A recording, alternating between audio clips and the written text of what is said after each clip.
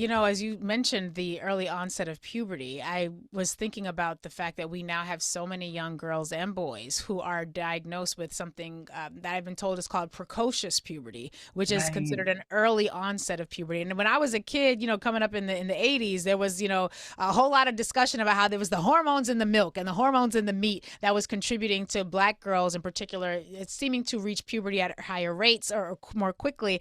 And I'm realizing whether it was in the meat or not, it certainly is in everything else that we're using. And that to Mhm. me is really frightening, particularly because going back to the sort of quip that was mentioned in my household earlier, well, white people aren't going to let themselves suffer from this sorts of thing.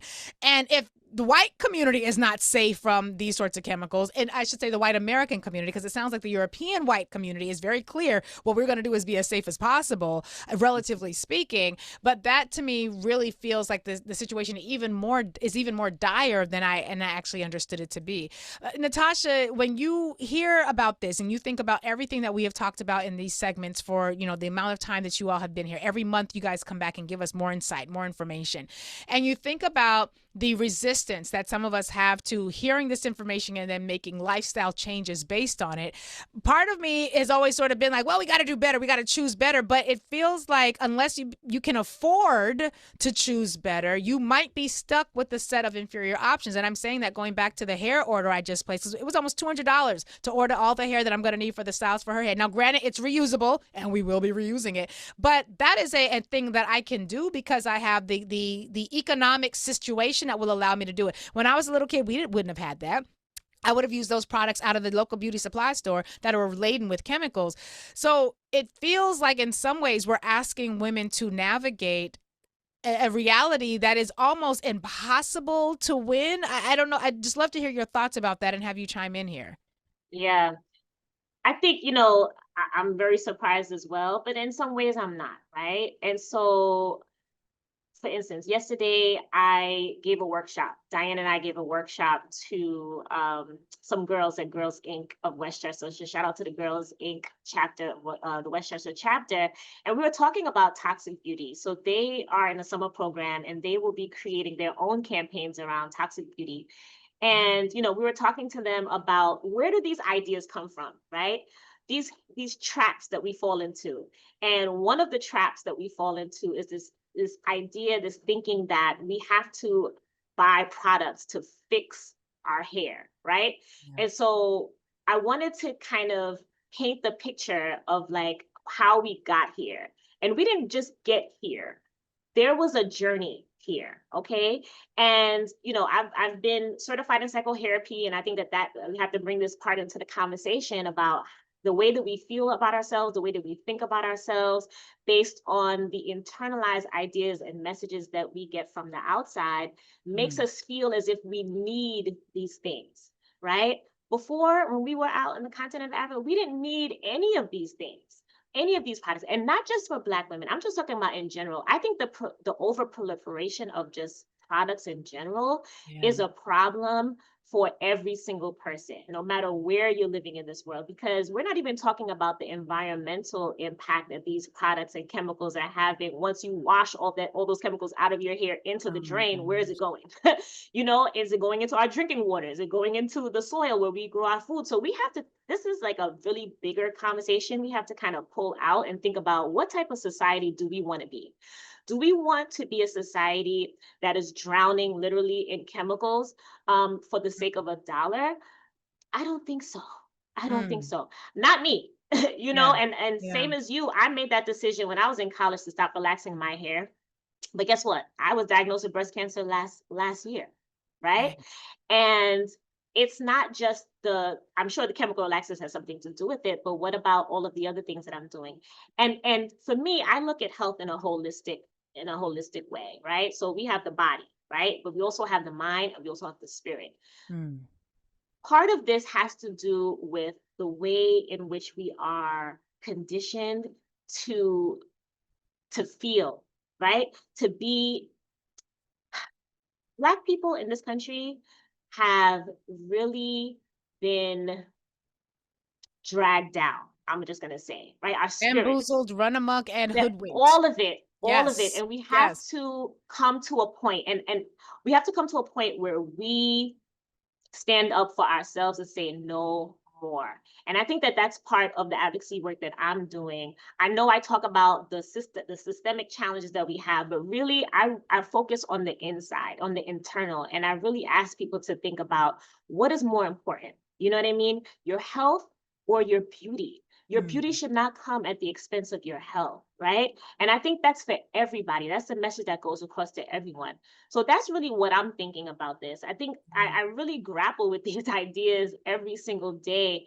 And this capitalistic society that we live in is really harming us psychologically, where we're not even what do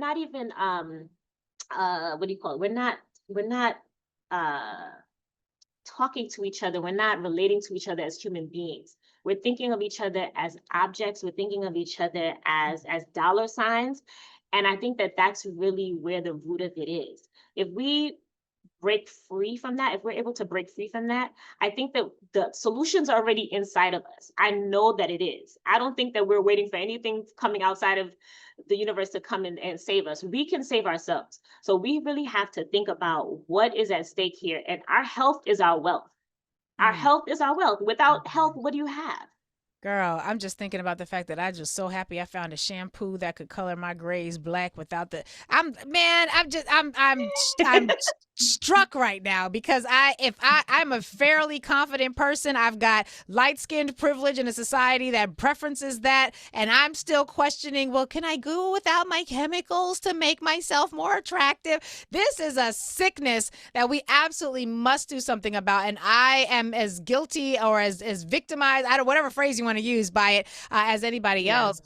Janet, it's one thing to have this as a conversation about what the reality is, but this doesn't have to be how it stays. There is effort. Natasha, you talked about the New York State Beauty Justice Act, and sis, we're gonna have to have a conversation afterwards because I'm about to join in the advocacy on that. Because if it's gonna get reintroduced next year, that's something I'm gonna have to have as part of my advocacy as well. But Janet, there's also this at the federal level, Safer Beauty Bill package. Talk to us about what that piece of legislation would be able to do, particularly in a time where it feels like all of the guardrails and the institutions that are supposed to keep our food safe are supposed to keep the chemicals that we use as safe as possible. It feels like they're not doing their job, and they just got gutted, and they got their staffs cut, and they are just dealing with a whole host of other issues. What is the Safer Beauty Bill, and how would that be able to help meet some of the challenges that you've both been able to raise for us today? Yes, thank you. Thank you so much for that question. So we, as I mentioned, the Campaign for Safe Cosmetics has been around for about 20 years. And the purpose of the campaign has been to raise consumer awareness about the problem of toxic chemicals in beauty and personal care products. But at the end of the day, it shouldn't be a forced choice, as Natasha said, between beauty and safety. Like that's not fair. We Right. all deserve, all of us, a government that protects us from toxic chemicals in the beauty and personal care products we use every day. And Mm. that's why our end game has always been stricter FDA regulation over the safety of beauty and personal care products. That has been the goal of the Campaign for Safe Cosmetics. And 20 years ago, when we started doing this work, there was only 2 pages of federal law to regulate the $100 billion cosmetics industry. 2 pages. That's What? it. And those 2 pages, as you can imagine, did very little. Oh my. And that paradigm shifted. That 80-year paradigm of cosmetic self-regulation changed in 2022 when President Biden signed into law the Modernization of Cosmetic Regulations Act of 2022. That's called MOCRA. It's referred to MOCRA. It was 36 pages of new cosmetic safety law. They did This a came in lot under the Biden administration? under the Biden administration. I don't Yes, remember hearing about this. in My goodness. December of 2022. So not Wow. very long ago. And this was really important. MOCRA did a lot of very important things. It gave the FDA mandatory recall authority to get unsafe, harmful beauty and personal care products off of store shelves. It Wait, they created don't have that already? They didn't have it, but they do have it now. Okay. But they did not have it for 80 years. Jesus. So that's why, unlike food and drugs, the FDA could not recall products that were demonstrably harming human health, Oh my cosmetic gosh. products, and now they do. So that's a good thing. MOCRA also gave the FDA the authority to create good manufacturing practices, which is just like a set of rules and regulations that cosmetic facilities have to abide by. It required, for the first time ever, cosmetic facilities to tell the FDA, hey, we exist. Because up until that point, the FDA had no idea how many companies were out there, what they were producing, what they were making, the ingredients they were using to manufacture beauty and personal care. No, zero idea. Janet, who is running this ship? Who is it? What is happening? Are you serious? Yes, I know. No, it's crazy. The other thing we were, a lot of these changes we were I can't say responsible for, but our advocacy certainly helped trigger. The other thing was we got the ingredients in professional salon products disclosed to nail, hair, and beauty salon workers, because up until 2022, they had no idea, zero idea what the ingredients were in the products they were working with. So a lot of really important change happened, but at the same time, the PCPC, the same bad guys that blocked Natasha's Beauty Justice Act in New York, also gotten in exchange for their support, the states preempted in 8 different ways. And so tucked into the law was this rule that the states could not legislate on 8 different issues more strictly than this federal law that was enacted. Wow. And so that was a really bad thing. That's called federal preemption. Yeah.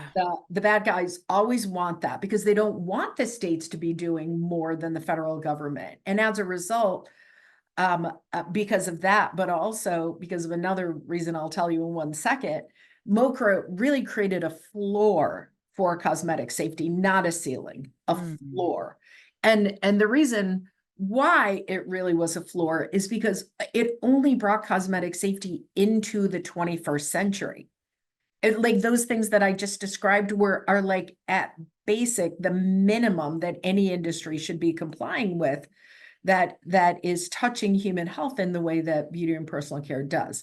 So one really good thing though was we insisted that there be a carve out in this new law that allows the states to continue to ban toxic chemicals from cosmetic products. And that's why New York could continue to move forward with the Beauty Justice Act.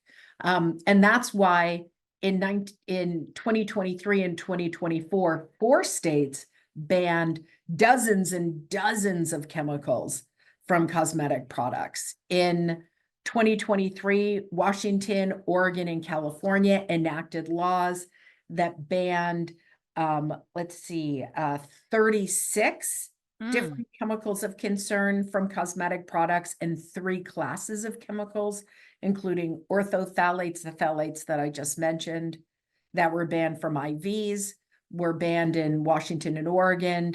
Formaldehyde releasing preservatives that actually preserve like many of the hair and body care products we use. And then also the PFAS chemicals, they're referred to as the forever chemicals.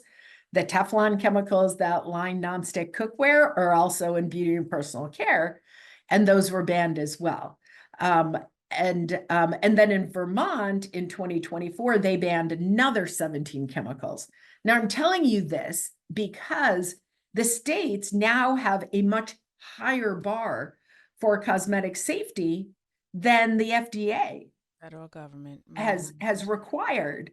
And we don't want just the people who live in Vermont, Washington, Oregon, and California protected. We want everyone protected. So that's why the Safer Beauty Bill package, which is going to be reintroduced in Congress on July 17th, is so important because it's a suite of 4 bills that will create a number of important things. more and better ingredient safety. It will ban 18 chemicals from beauty and personal care products like asbestos, mercury, phenylene Things that orthophthalates. I would have assumed were already Yes. banned. Lead. So it will ban 18 chemicals from beauty and personal care plus 2 classes of chemicals, the orthophthalates and the formaldehyde releasing preservatives. It will require a fragrance disclosure on product labels and websites so that consumers know what secret fragrance ingredients are hiding in their products. It will require companies to tell consumers if other hazardous ingredients are in their cosmetic products as well. Will create $30 million of new safety protections for women of color and professional salon workers. It will deal with this issue that Natasha raised about the safety of synthetic braids by requiring the FDA to promulgate a safety standard for synthetic braids and then tell manufacturers if they don't meet that standard, they have to put a warning label on the synthetic braiding products themselves so consumers know. And then finally, it will also create supply chain transparency so that cosmetic companies get the information they need from upstream suppliers to ensure they're making the safest products possible.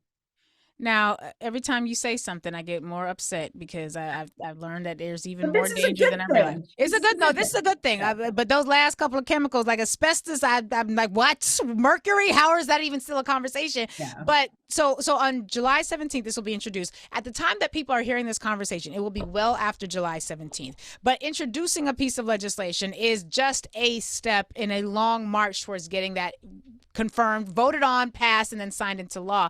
What Right. do we, the public, need to do? Because this has to be one. Do I need to go to California to buy my beauty supply products? Is that what needs to happen, or can I order them from California? Or does the implications that those 4 states you mentioned, Washington, Oregon, and California and Vermont, will the fact that they have banned these products now mean that chemical companies or product manufacturing companies that want to sell to those states will also get the benefit of? Or are they going to create 2 different versions of the product to sell us who are not in those states the more toxic version? Or will we now all just, as Americans, should we just be saying thank you, Vermont, California, Oregon, and Washington? How does that part work? And then what does the advocacy after the bill introduced need to look like from those of us on the ground? Yes, such good questions. Thank you. So, we don't really know. Will everyone be protected from the new laws in Washington, Oregon, Vermont, and California? Maybe not. Because again, it really is a buyer beware situation in terms of cosmetic safety. So to ensure that everyone is protected, regardless of what they buy, where they live, and where they shop, we need the federal Safer Beauty bill package to be signed into law. And what consumers can do is tell their friends, tell their families about the existence of this new bill package, encourage them to visit BCPP's website. We have an action center at bcpp.org, Breast Cancer Prevention Partners, where people can read about the issue. They can push a button to send a letter to their members of Congress, urging them to co-sponsor and support the bill package. Consumers can get active on social media. Our partners, our organizational partners, are also working on this issue. They can visit their websites like Consumer Reports, Black Women for Wellness, the California Black Health Network, We Act for Environmental Justice, Women's Voices for the Earth. They're all a part of the coalition that wrote this bill package and has been advocating for its journey through Congress. So all of these groups are doing such good work on the beauty justice issue and have lots and lots of good information to share on their website. So, there's a lot consumers can do, but most importantly, they need to shop, with their votes, and with their pocketbooks, meaning they need to patronize the companies that are doing better. buy those products. Like, don't buy the bad products from the bad companies, and they're going to feel the pain, and they're going to, they're going to make safer and better products. But at the end of the day, we can't shop our way out of the problem. We deserve a government that protects us, and we should all be advocating for stricter regulation of the cosmetics industry. Well, this is definitely an active audience. So now that this legislation is introduced, we need to be, y'all, you know what to do. You've got your congressional representatives information in your phone. You've got your 2 state senators representative information in your phone. We already know what to do. Pick up the phone, start calling, hit them up on social media, ask them, have they signed on as sponsors of the Safer Beauty Bill package? If they say yes, cheer them on, promote it, celebrate it, and then pass it on, and make sure your friends and family do the same thing for their congressional and senatorial representatives. And if they have not signed on, ask them why. And you can really ask them questions like, do you really think that babies should be given arsenic or what was it, asbestos and mercury in their products? Should we really have a world where the California, if you live in a red state, do it this way. Should the people who live in the blue states be safer than those of us in the red states? We can do whatever it is we got to do, in addition to also using our 5 Calls app. You guys remember, the 5 Calls app is very important. It will allow you to directly connect with your elected official. You will get a script of information that you can use on how to communicate with them. But we have to make this a real point of advocacy, because we ain't even talked about what's in our food. Okay, this is all about what we're putting on our bodies. We ain't even got to the part where we're talking about what's in our food. So there has to be a revitalization in this country of a consciousness that the environment and our bodies have a connection to each other. I know we like to pretend, well, some of y'all, well, not y'all, but some of y'all's crazy cousins like to pretend that what's causing climate change is people zapping clouds, because they don't seem to believe that the 100 billions of businesses that are burning billions of chemicals have anything to do with climate change. So we're going to have patience with them. We're going to love them through their ignorance, but we got to do the work. Now, Natasha, for those of us who are a part of the Black community, telling my little cousins and them to stop buying those bundles and to instead go buy the more expensive rebundle that's not going to put cancer in their body, that's a heavy lift. Getting our community to now participate with the money when the ability to be safe is often tied to a greater socioeconomic status, that is a difficult thing. What conversations do we need to be having internally with these little girls and these little boys and these little people of ours about the conscious shifting that we have to go through in order to no longer desire the outcomes that these sorts of dangerous chemicals can produce?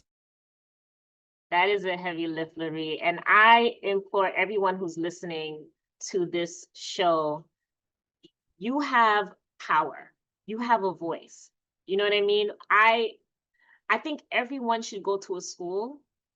Go back to your school, the school that you graduated from, the public school, the middle school, the high school, and talk to the students there. I think sometimes we get caught up in complaining and shaking our head at the problem. Oh, this is terrible. But if you think about the advocacy organizations that are pushing this, there are people in these organizations, everyday people who thought that this needed to change, and they stepped up and they changed it. I think people need to organize. Yes, use the apps, send messages to your elected officials, but there's nothing better than having a face-to-face. I think everyone should have a relationship with their legislators, even if you don't like them, even if you didn't vote for them. You need to be in their office. They need to know your name. They need to know that you're serious, because the people who are in there now are the ones that are getting laws passed because they showed up. And we learned that firsthand from the NHBC, is that we had to know these legislators. They had to know, oh, the NHBC's on the phone. We got to pick up, because they're about to come knock on our door, or they send us a whole bunch of letters. You have to be persistent in this. And I think it's really a mindset shift in terms of how powerful do you think you are? You know what I mean? How worthy do you feel your life is, right? How important is this to you, and how important do you feel, how important are you taking this issue and bringing it to light? Because again, the government is made up of people. We have to look at this as this is a human to human interaction that we're doing here, right?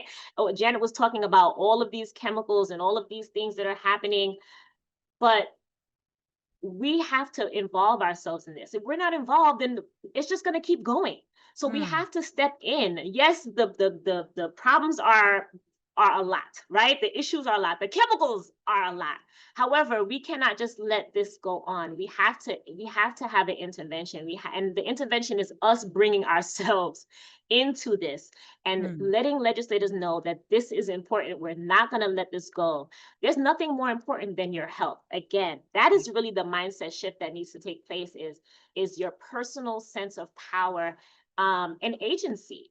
Yeah. You know, that's the part that we need to grapple with, is to really understand that we are worth life. Life and health is our birthright. We deserve it. That is the very essence of us. And we cannot just allow companies and organizations who want to make money just to do whatever they want. We matter. And that's really the goal.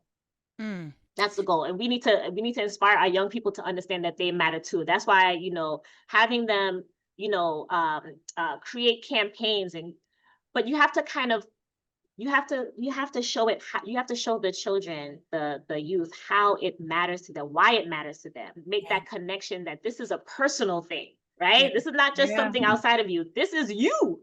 This is you. And to give them and empower them so that they can speak up for themselves. Because sometimes we dampen young people's voices and make them feel that they're not important, but they are the future. That's why I really encourage everyone to go to your local school and have a conversation with the youth. Just show up. Just show up. Show up.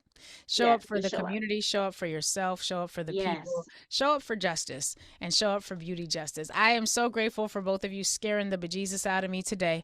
One of my producers wrote that they used to use a product, Olaplex, and did not know that there was an ingredient in there that caused fertility issues. I have Olaplex in my house. I've got it on one of my shelves, and it's an expensive one. It's more expensive. So I thought that meant it would, we have so much to learn and to do. And fortunately, we have wonderful people like you, the angels walking the earth, who are helping to make advocacy plain and helping us to understand it. We've reached the end of our segment, but I'd love if you could please give us insight on where people should go next. Should they follow you? What websites should they visit? Janet, we'll start with you, and then we'll close out with you, Natasha. Okay. Thank you, Lurie. I just want to thank you so much for inviting me to be on your show today. Sure. Thank you.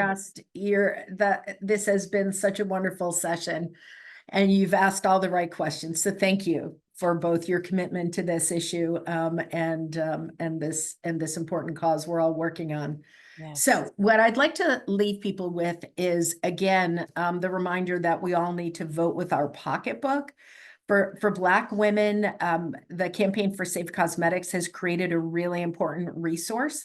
You can visit www.safecosmetics.org/Black Beauty to find a database that we created of non-toxic Black beauty products that are made and sold by Black-owned brands. Wow.